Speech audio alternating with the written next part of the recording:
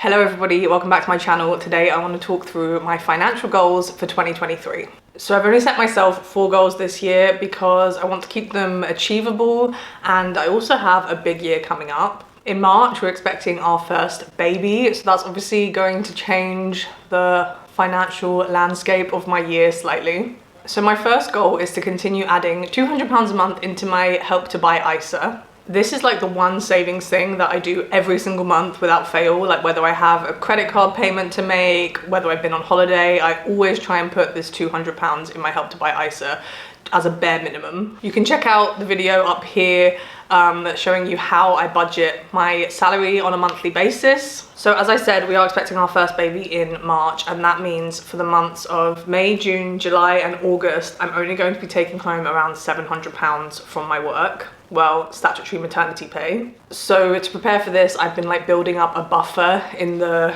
current account that's connected to my Help to Buy ISA so that during those 4 months, I can still put the £200 aside. So I need like a minimum of £800 buffer in this to top up my Help to Buy. Goal number 2 is definitely one that I'm a lot more flaky on, and I've only just started it this month, and that is to save a £1,000 emergency fund. So many people save emergency funds before they even start paying off their debt, and I have never had one, and emergency funds are so important for so many different reasons. Currently, if I had a financial emergency, I would have to use my credit card or dip into my house savings, and neither of those things are ideal. So yeah, I currently have £100 in my emergency fund, and I would like to keep topping that up £100 a month until it hits 1,000 minimum. A lot of people say you should have like 3 months of expenses in your emergency fund, which would be a total dream. But for me, saving for a house right now is more of a priority. So I think just £1,000 would do me in case of any kind of financial emergency. My third goal for 2023 is to monetize this YouTube channel.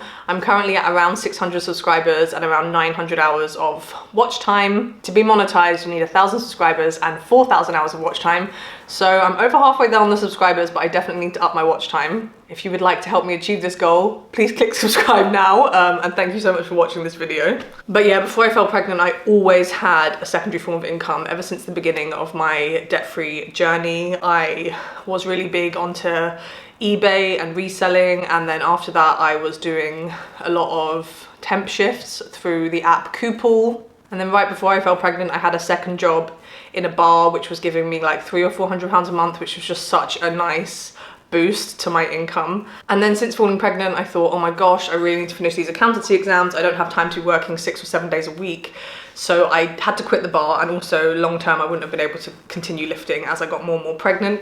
So I don't have really a secondary form of income right now. I do dabble a bit on sales with Vinted and eBay, but it's just personal stuff, and that money just helps me stick to my monthly budget. I just use that as like a top up. It's not big amounts of money. So yeah, this goal would be called find a secondary form of income, but I wanted to make it more specific, and I know that the income that I would like to do is to monetize this channel. Obviously, with having my first child, I'm not going to want to take on a second job, especially not when I'm on maternity leave. The whole point is that I get that time to spend with my child, so the only kind of secondary income I would be looking at is something I could do from home. We're hoping to maybe go to New York in December of this year, and I haven't set a specific saving goal for that yet, but once I've got my £1,000 in my emergency fund, I would like to start saving for that. And I think that having a secondary form of income would be crucial in order to save any money for New York. Because if you've watched my monthly budgeting video, everything is already quite tight in terms of what I save, and it's gonna get even tighter when my income drops this year. So my fourth financial goal for 2023 is to continue to stick to my £500 spending money budget, which I put onto my Monzo card every month. This is the money that I supplement with sales from eBay and Vinted, and this is the payday challenge that I do over on my TikTok. I basically track my daily spending every single day over on TikTok, so if you're interested, I've linked it down below.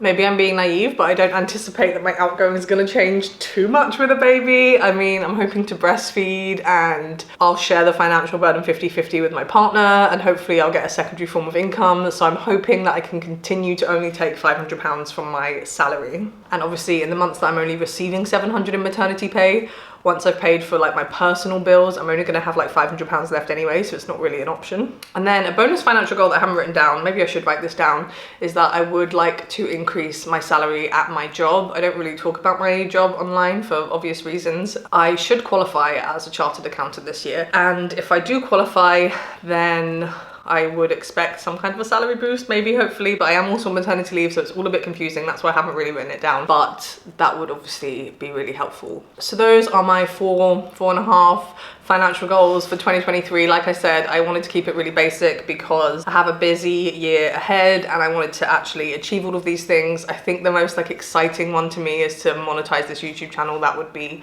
like almost life-changing, I feel. And then I do have some like general New Year's resolutions as well, which aren't really enough to make a separate video on, but I really want to get my screen time down this year. I'm too embarrassed to even say what my screen time is.